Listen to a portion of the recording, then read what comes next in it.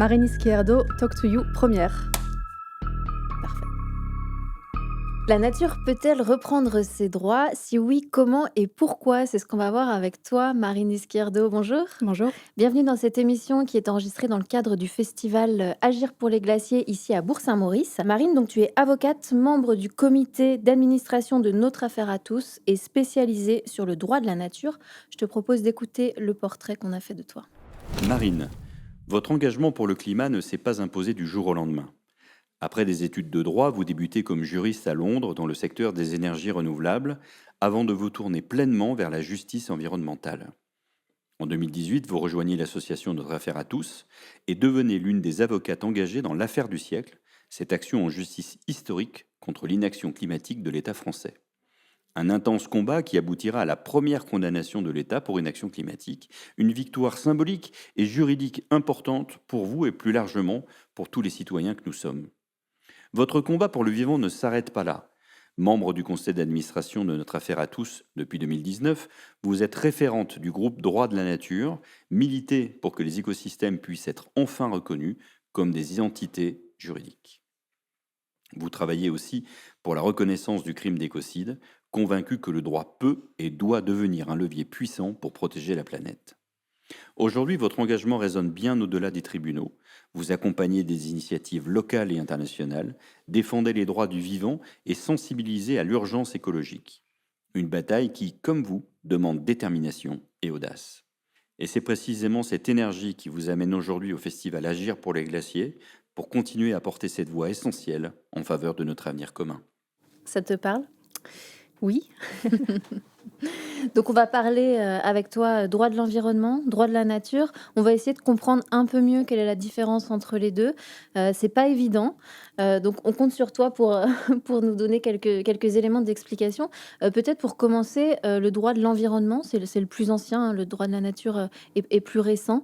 Qu'est-ce que c'est le droit de l'environnement? Alors, le droit de l'environnement, c'est un ensemble de règles écrites qui visent à la protection, la préservation des écosystèmes, mais aussi à la gestion et à leur utilisation. C'est un droit qui est relativement récent.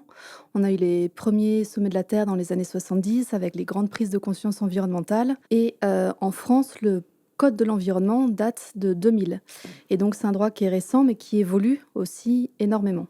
Et le droit de la nature? Les droits de la nature, c'est plus récent, c'est apparu à partir des années 2006 aux États-Unis. Aujourd'hui, il y a tout un mouvement mondial et donc ça vise à reconnaître des droits fondamentaux, des droits propres à des écosystèmes, à des entités naturelles, tels que le droit d'exister, de s'épanouir, de régénérer ses cycles naturels. Et comme son nom l'indique, ce sont des droits pour la nature, alors que le droit de l'environnement, c'est plutôt un droit qui a été fait pour les humains, par les humains.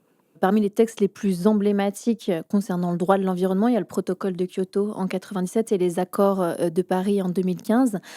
Mais finalement, les objectifs, ils sont pas remplis. Et souvent, on considère ce droit comme un droit mou. Est-ce que c'est vraiment le cas? Il n'y a pas de sanction finalement si on ne respecte pas les accords de Paris. Derrière, il n'y a aucune sanction qui va punir les États. Oui, c'est ça, c'est que parfois il y aura pas de sanction, de mécanisme, juridiquement contraignant pour obliger les États à respecter ces obligations. Alors après, il y a ce droit mot au niveau international, mais après on a aussi ce qu'on appelle du droit dur en droit national et le problème, c'est que aussi même ce droit dur, parfois, il n'est pas appliqué, il n'est pas respecté et c'est pour ça qu'on parle de manque d'effectivité du droit de l'environnement. Est-ce que les droits de la nature, c'est différent? Les droits de la nature, si jamais ils étaient reconnus demain en France et même dans les pays où ils sont reconnus actuellement, ont aussi un problème d'effectivité, c'est-à-dire qu'ils sont reconnus par des juges dans des tribunaux, mais après, là où l'état de droit est défaillant, eh bien, ils ne sont pas appliqués malheureusement. Sur quel type d'écosystème les droits de la nature peuvent-ils s'exercer? Alors, tous les écosystèmes qu'on veut, des lacs, des montagnes, des forêts et même des animaux. Il y a des pays où les droits de la nature sont reconnus, tu l'as dit tout à l'heure. Oui, alors une vingtaine de pays. Donc ça a commencé en 2006 aux États-Unis. Après, il y a eu l'Équateur en 2008. Ils sont reconnus soit par la voie constitutionnelle, donc c'est le cas de l'Équateur, c'est le seul pays aujourd'hui à avoir reconnu les droits de la nature, soit par la voie législative, c'est-à-dire par une loi. Ça a été le cas pour la rivière Whanganui en Nouvelle-Zélande en 2017. Ça a aussi été le cas pour la lagune Mar Menor en Espagne en 2022, parce que jusqu'à présent, on disait que ça concernait surtout des pays aux cultures éloignées, aux cultures lointaines, comparé à la culture occidentale, sauf qu'en 2022, l'Espagne a franchi le pas. Et aussi par la voie jurisprudentielle, c'est-à-dire que même en l'absence de loi ou de constitution, des juges vont reconnaître des écosystèmes comme des sujets de droit dans leurs décisions. Qu'est-ce qu'il faut pour qu'on reconnaisse ces droits de la nature? Pourquoi on ne les reconnaît pas en France, par exemple? Je pense que le frein, il est surtout avant tout culturel, puisque d'un point de vue purement technique, juridique, c'est possible de reconnaître des entités naturelles comme des sujets de droit. On l'a fait pour les entreprises à la fin du 19e siècle, donc pour les entreprises au sens large, les sociétés, les associations, les syndicats. Aujourd'hui, on sait qu'il serait possible de faire la même chose pour des entités naturelles. C'est juste qu'il y a un débat sur l'utilité d'une telle mesure. Certains estiment qu'il faut avant tout appliquer le droit de l'environnement et le renforcer, qu'il y a déjà un arsenal législatif qui est très complet et qu'on n'a pas besoin des droits de la nature en plus. Et sur les glaciers, par exemple, ce qui nous intéresse en ce moment durant ce festival Agir pour les glaciers et toute cette année qui est consacrée année internationale de la préservation des glaciers, est-ce qu'on pourrait arriver à les protéger avec des droits comme ceux-ci? Est-ce qu'on y arriverait? Effectivement, je ne sais pas, mais en tout cas, dans le monde, on a un seul exemple de glaciers qui ont été reconnus comme des sujets de droit qui nous vient d'Inde, puisqu'en 2017, la Haute Cour de l'État d'Uttarakhand a reconnu les glaciers Gangotri et Yamunotri comme des sujets de droit. En fait, il y avait eu un premier arrêt qui avait reconnu les fleuves Gange et Yamuna comme des sujets de droit. Et le fleuve Gange prend sa source au niveau du glacier Gangotri et son affluent, la Yamuna, prend sa source au niveau du glacier Yamunotri. Et donc après, ces deux glaciers ont été reconnus sujets de droit, sauf que après ils ont été suspendus par la Cour suprême parce que c'était pas facile de les mettre en œuvre concrètement parce que le Gange et les Yamuna traversent plusieurs États. Il y avait aussi des gardiens qui avaient été nommés et ces gardiens se sont dit mais si jamais il y a des crues ensuite, s'il y a des inondations et qu'il y a des morts, la responsabilité va nous retomber dessus. Donc ces jugements ont été contestés parce qu'il n'était pas possible de les mettre en œuvre et donc la Cour suprême les a suspendus. Et donc on attend encore le jugement de la Cour suprême sur ces 4 cas des 2 fleuves et des 2 glaciers. Pourquoi c'est si compliqué? Compliqué de... Finalement, d'appliquer ces lois concernant la nature. Parce que il y a une défaillance de l'état de droit, il y a parfois pas de structure étatique en fait pour veiller à la mise en œuvre de ces jugements. Parfois, comme c'est le cas en Colombie, pour des fleuves qui ont été reconnus sujets de droit, les gardiens n'ont pas les moyens financiers pour remplir leur mission. Je prends par exemple le cas des gardiens du fleuve Atrato. C'est un fleuve qui traverse plusieurs États en Colombie. On ne leur donne pas de téléphone portable, on ne leur donne pas d'ordinateur, ils ne sont pas rémunérés, ils font ça sur leur temps libre. La seule chose qu'on leur donne, c'est un gilet pare-balles pour se protéger parce que la Colombie, c'est l'un des pays les plus dangereux au monde pour les défenseurs de l'environnement. Donc concrètement, effectivement, c'est dur de remplir ce rôle de gardien et de faire appliquer un jugement. À Mountain Changemakers, on a une tradition durant ces Talk to You, c'est d'aller interviewer la population. La justice au service de l'environnement, du vivant, du climat, vous en pensez quoi? Est-ce que vous connaissez cette association Notre Affaire à tous? Ah, pas du tout. Non. Oui, ça fait partie des nombreuses associations qui militent pour le climat, l'environnement et la justice sociale. Ouais. Faut-il reconnaître les droits aux glaciers? Pour qu'ils puissent survivre, je suppose. Ce serait une bonne chose quand même. Bah oui, parce qu'on peut constater que d'année en année, les fonds des glaciers, c'est pas du rêve, hein, c'est une réalité. Et c'est un gros problème pour l'équilibre global de la montagne. Hein. Les glaciers, il faut les laisser tranquilles, hein. Il ne faut pas trop les exploiter et puis surtout essayer de les préserver au maximum. Je ne sais pas comment, j'ai pas la solution, mais si quelqu'un l'a, il faut absolument le faire. La grande question, je crois que c'est comment le faire. Mettre des zones de protection, c'est une super idée. Après, c'est comment est-ce qu'on arrive à le faire et qu'est-ce qui est vraiment interdit et qu'est-ce qui est vraiment autorisé qui pose question. Si les glaciers étaient des personnes capables de se défendre, qui attaquerait-elle en justice? Ah, vaste question. Beaucoup de monde. Le ministre de l'économie, puis même le président de la République, carrément. Hein. Oui, je ne sais pas trop qui est responsable de ça. Hein. On ne sait pas en fait. J'ai envie de dire l'humanité en général. On le sait, hein, c'est la cause principale, c'est les activités humaines. Donc, après, je ne suis pas sûr que les glaciers aient besoin de se défendre en soi. Les glaciers, tous les 100 000 ans, ils reviennent. Donc d'ici 50 000 ans, on aura des glaciers qui redescendront dans les vallées. Que demanderait-il? Ce qu'il demanderait, c'est qu'on nous laisse tranquilles, bien au frais, et qu'on puisse continuer à exister encore des centaines d'années. Ça serait simplement le droit d'exister en tant que tel et pas en tant que service rendu à l'humanité. Et les arbres doivent-ils pouvoir plaider? C'est le titre du livre de Christophe Stone en 1972. C'était un pionnier des droits de la nature. Je pense que les arbres doivent pouvoir plaider, ouais. On sait qu'on a besoin des arbres, hein. Après, si on part du fait que c'est aussi des êtres vivants, il faudrait qu'on arrive aussi à pouvoir les défendre, enfin qu'on prenne vraiment conscience qu'on en a besoin. Les arbres sont hyper importants pour le climat et c'est scandaleux de voir ce qui se passe en Amazonie et dans toutes ces régions-là. C'est le poumon du monde et on devrait vraiment, il devrait y avoir quelque chose de très très dur concernant la déforestation, ça c'est sûr.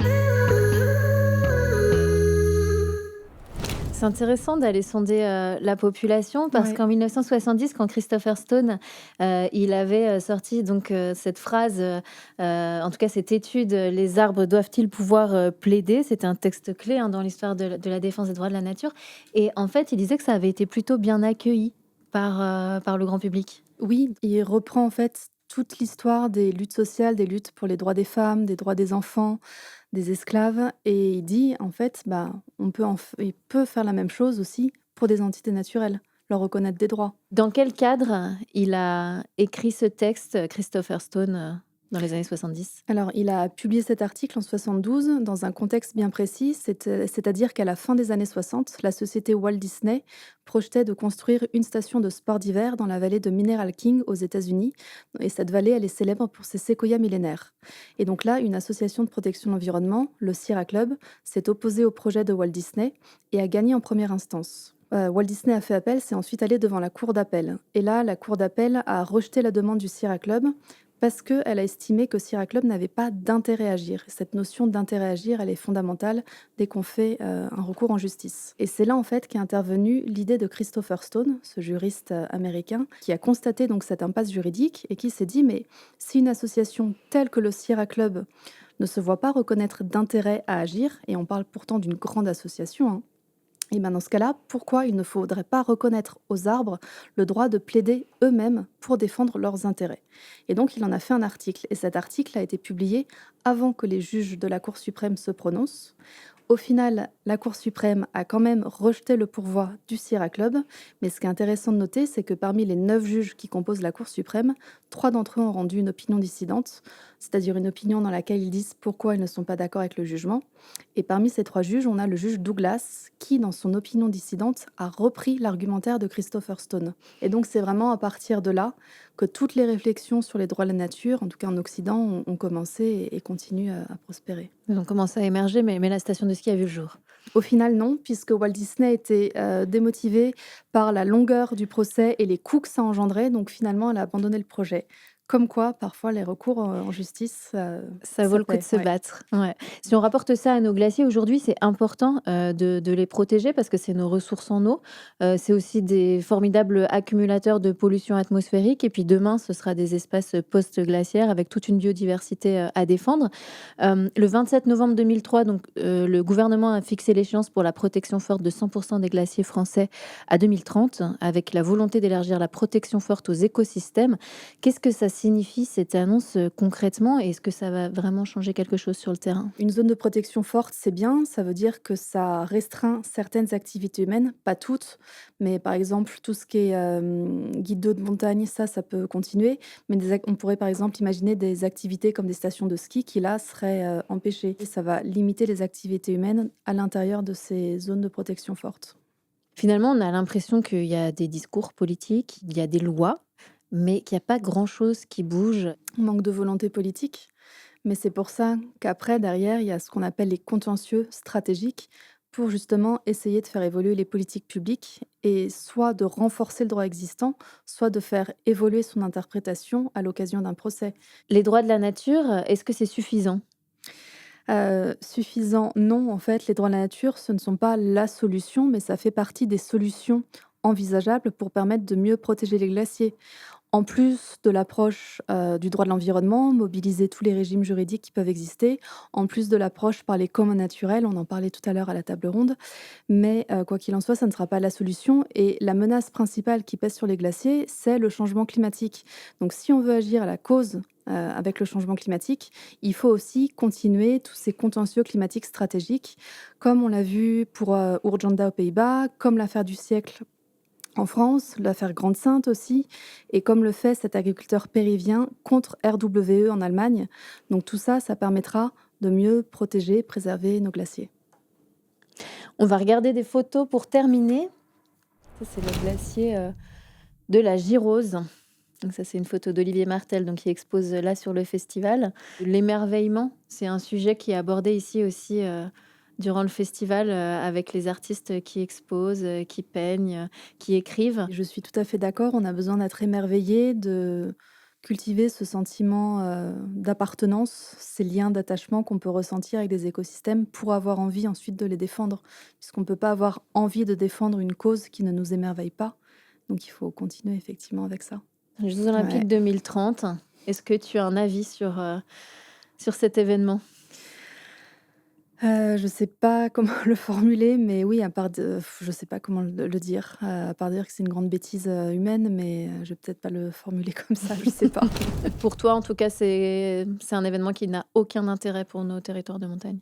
C'est pas sans intérêt, c'est juste qu'un événement qui ne devrait pas avoir lieu, qui ne devrait pas être autorisé. Aujourd'hui, à l'heure du dérèglement climatique, à l'heure où les scientifiques n'arrêtent pas de nous alerter sur les conséquences dramatiques de la fonte des glaciers et donc nous, on va à coups de pelleteuse détruire ces glaciers pour les JO. Merci beaucoup, Marine Izquierdo, pour cet échange. Merci.